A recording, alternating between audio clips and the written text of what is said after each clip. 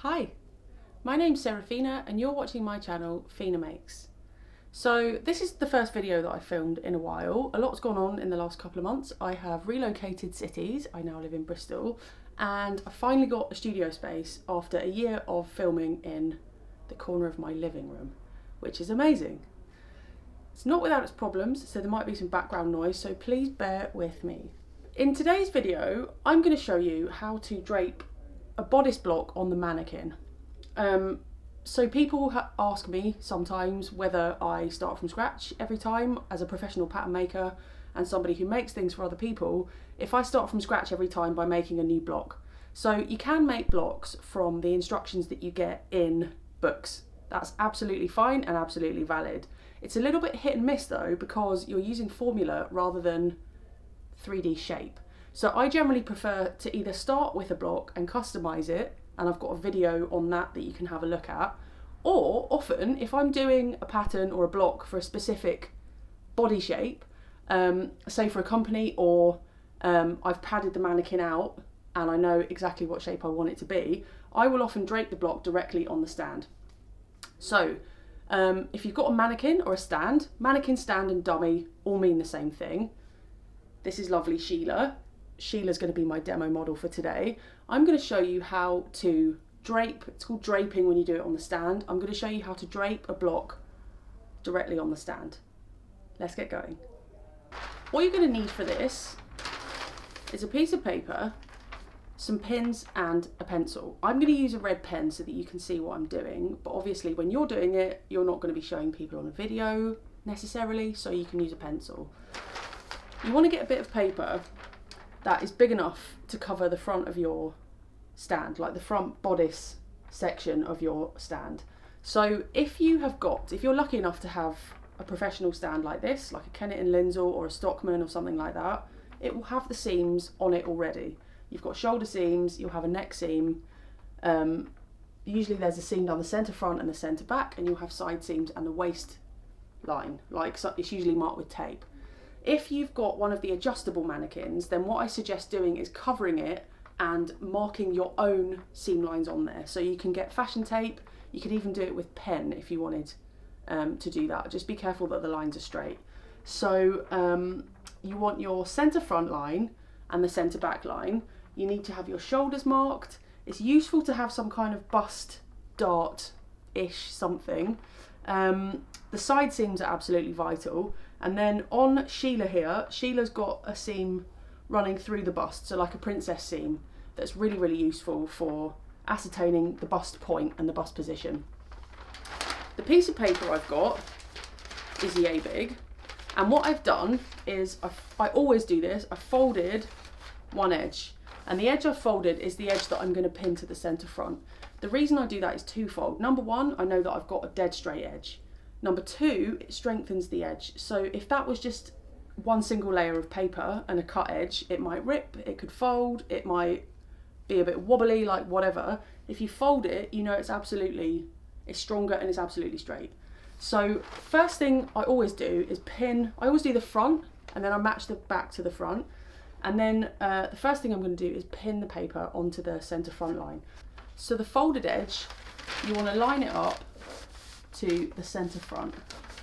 So I'm going to turn Sheila slightly so I can see what I'm doing. And then what you want to do is pin it. So where the bust is, your paper's going to want to kind of dip and follow the shape of the bust. Don't let it, because you don't want to end up with a wobbly centre front line. I'm going to grab my pins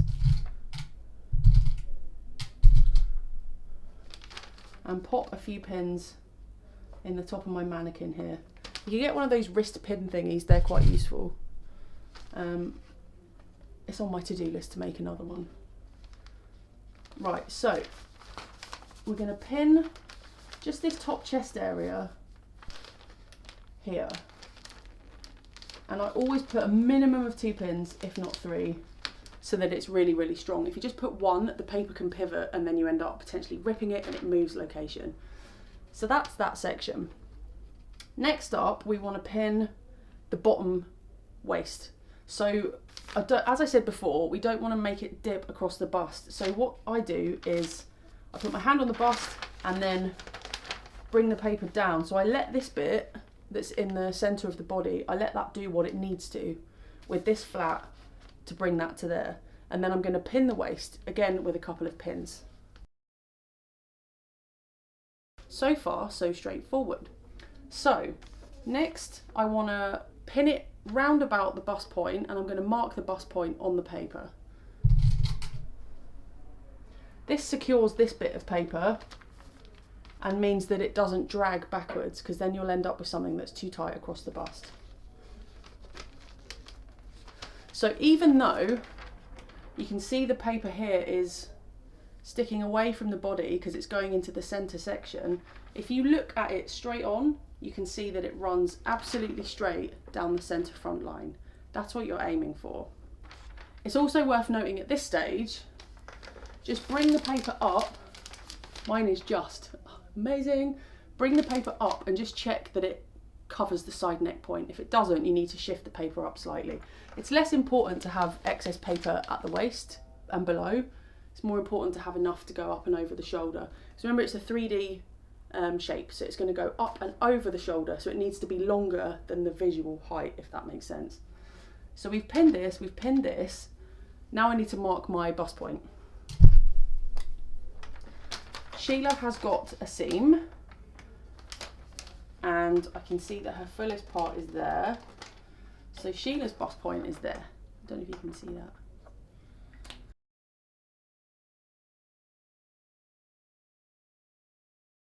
So we've marked Sheila's bust point. Now, what we don't want to do is make a skin tight block, because that isn't going to have any ease. It's going to be really uncomfortable to wear. It's going to be too tight. So what I do when I'm drafting, when I'm draping a block on the stand, is I build ease into it so that it's got a bit of wiggle room. So to do that, we're going to pin the sides now. So what you need to do, I'm going to put a side bust dart in the block. So what we want to do is take the paper as a straight line. If you look at it, right angled through the bust point and down to the side of the paper, pick that up and just bring it to the side seam. And you want to make sure that the paper's nice and flat. We don't want to be creasing the paper at all at this stage, because once you've creased it, it's really hard to uncrease. So you're looking for nice soft folds, no creasing if possible. It's worth getting a good quality pattern paper for this exercise. So the bust is the fullest part. So what we want to do is bring the paper round to the side seam, and I can feel Sheila's side seam and see it a little bit here. What I then do is I push the paper a little bit that way, so I'm giving it a bit more room just around the bust area, and then I'm going to pin it at the side seam. The amount of ease you add depends on the fabric and depends on the garment. A good rule of thumb is to add at least 4 or 5 centimetres, because this is where your lungs are, you breathe. So it might not necessarily need ease at the front, but you're going to need ease at the back, and you want to add the same amount of ease in order to maintain the balance of the garment. So you've pinned into the side seam, you've got a bit of ease in the bust. Now what we want to do is finish pinning the side seam and then pin the waist dart. So at the moment there's excess paper at the top here. What I'm going to do in a second, or in a couple of minutes, is show you how to move this excess. This would be the equivalent of having a dart up here. I'm going to show you how to swing it down onto the side seam. But for now, we want to make sure that below the bust is all at right angles and is happy and right angled with the centre front. So we've pinned level with the bust on the side seam. I'm going to put a couple more pins crossing the side seam. One there and one just above the waist for luck. When you're pinning on the stand, a good trick is to, as you pin quite shallowly, and then quite soon after the pin pierces the paper and the fabric of the stand, flick it out so that it comes back out. If you push it in too far, you ain't never going to get that to come back out again. So just lowered the camera so that you can see a little better at the waist. We've got the fullness here. What you can do is just smooth the paper so that the fullness lines up with the bust point, and then you can put your finger on the bust point and gently give the paper a little pull at the base, and you'll find it all flips into a nice little tube. like a cylinder kind of shape. Then what you can do is start to, I kind of do this, like slowly kind of coax the paper together before committing to creasing it. As soon as you've creased it, it's creased. It's really hard to uncrease it. So you want to make sure this is the center line of your dart. You want to make sure that's in the right place. Obviously, if it's not quite right, you can always change it at the flat pattern cutting stage. So I am going to pin that first to make sure that I'm happy. And again, you've put ease into this. You don't want to make it super skin tight. You want to leave a bit of wiggle room. And you'll find the paper naturally makes the dart shape. It will actually probably make a curved dart, and it's up to you whether you want to keep that or if you want to straighten it off. It can be really, really flattering to have a curved dart under the bust because it really highlights the shape of the bust and the waist at the front. Don't worry about pinning all the way to the bust point. You want a bit of excess there, so don't worry about that. So now what I need to do is I need to fill in my waist information and my side seam information.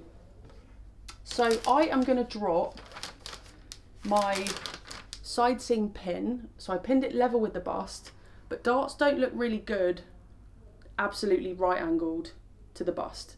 I tend to drop them so that they point up a little bit. It's a bit more flattering. So I'm going to drop the pin. About an inch is absolutely fine. You could do it, drop my pin. You could do it a little more than that if you want to. But about an inch is good. And now I'm going to fill in the information. So I can feel the side seam and I can see the waistline. So I'm going to draw those in now.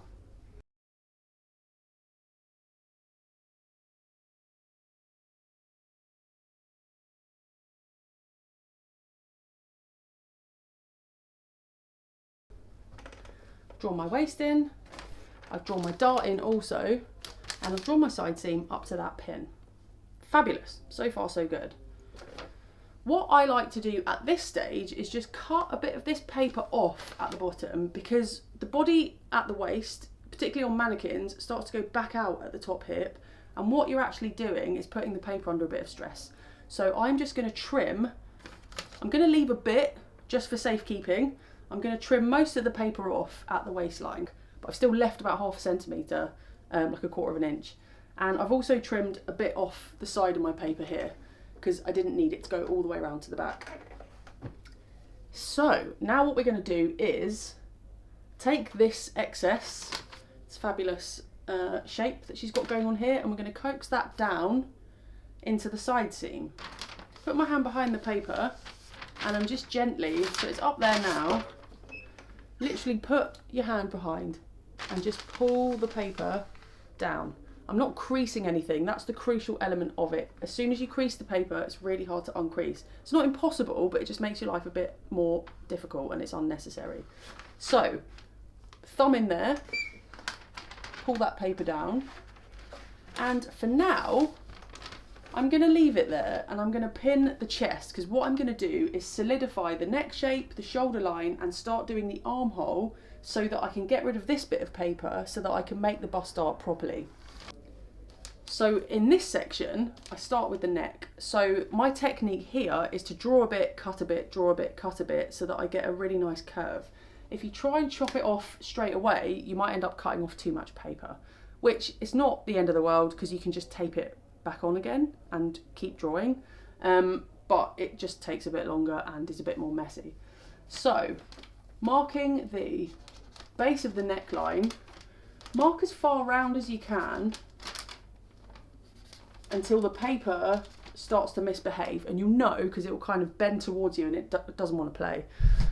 And then what I'm going to do is just trim fairly close to the curve that I've just drawn. And I pin as I go to make sure that the paper behaves. I don't know why I put those pins there because I'm not using them. Oh, la la la. So here, even though I was going from the centre and drawing the shape, this bit here is incorrect. So this is what I mean about doing a little bit, drawing a bit, cutting a bit, drawing a bit, cutting a bit. It gives you a much more accurate finish. So we poke this, pull this paper back. Actually, that needs to go up there. So I'm going to cut the next bit and continue all the way around the neck to the side neck point, making sure as you get further to the top, keep pinning and keep flattening out the paper.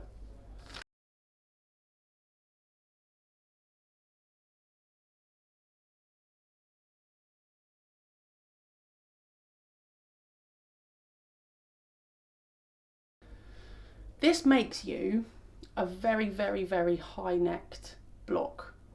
Mannequins generally have tiny, tiny necks, so you can make your block to here, but be prepared that on the body you might have to bring the actual line back about 1 centimetre. I don't know anyone with a neck that small. Do you? I don't know anyone with a neck that small. Anyway, so I've marked the side neck point. I know where my shoulder starts. Now I can draw the rest of my shoulder. What I tend to do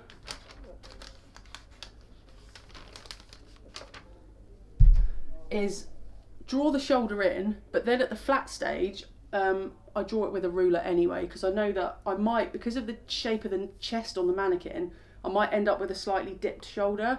I don't want that, I want it to be straight. So I make it really obvious where the side neck point is and where the shoulder point is. I draw it on the mannequin so that I can draft the back, but when it's flat, because we're going to true this up afterwards, when it's flat I draw a straight line between the 2 points. You can now also chop this bit of paper off.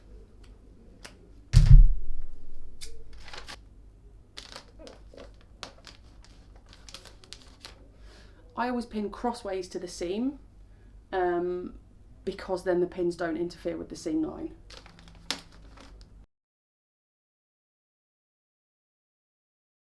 So all we've got left to do on the front bodice is the armhole and the dart.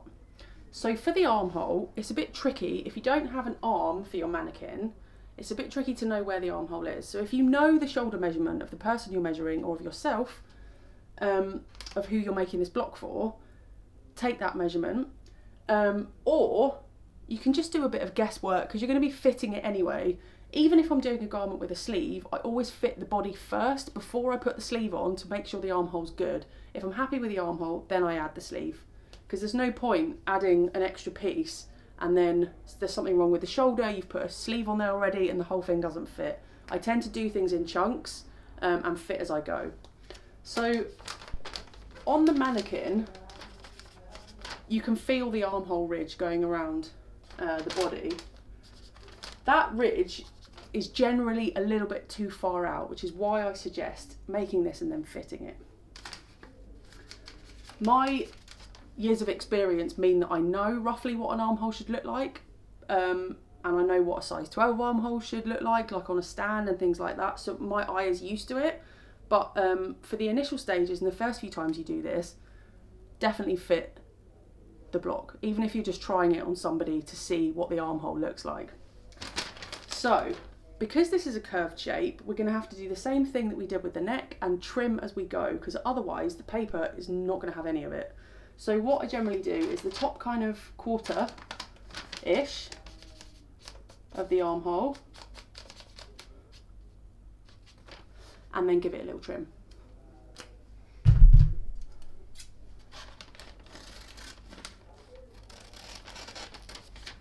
Follow the shape of the curve, and then it will let you keep going around the curve. So then keep pinning as you go.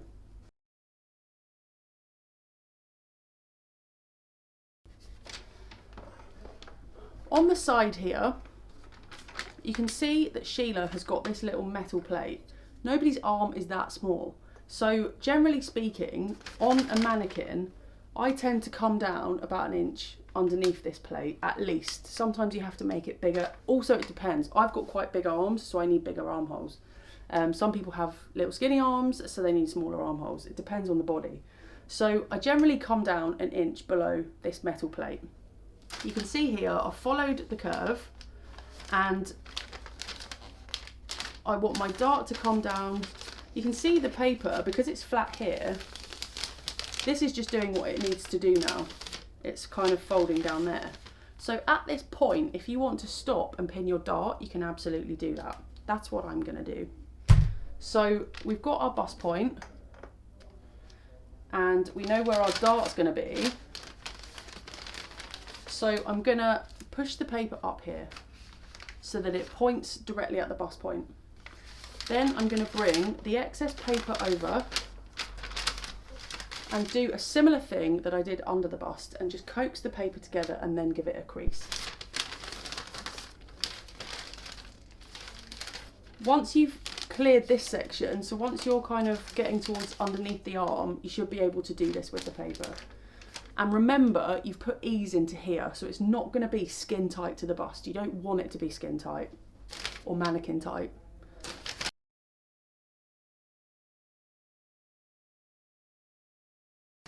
A little trick that I've got for you is that once I've coaxed the paper together, I flip the dart up and push through all the layers, and then flip it down and push through all the layers again. That gives me a dart crease. So even if I take my hands away, my dart's still doing its thing.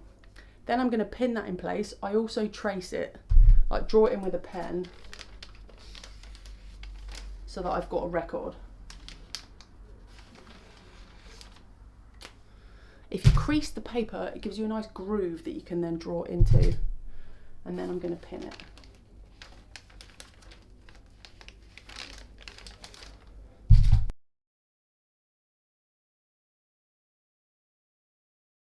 Okay, so we're almost there with the front.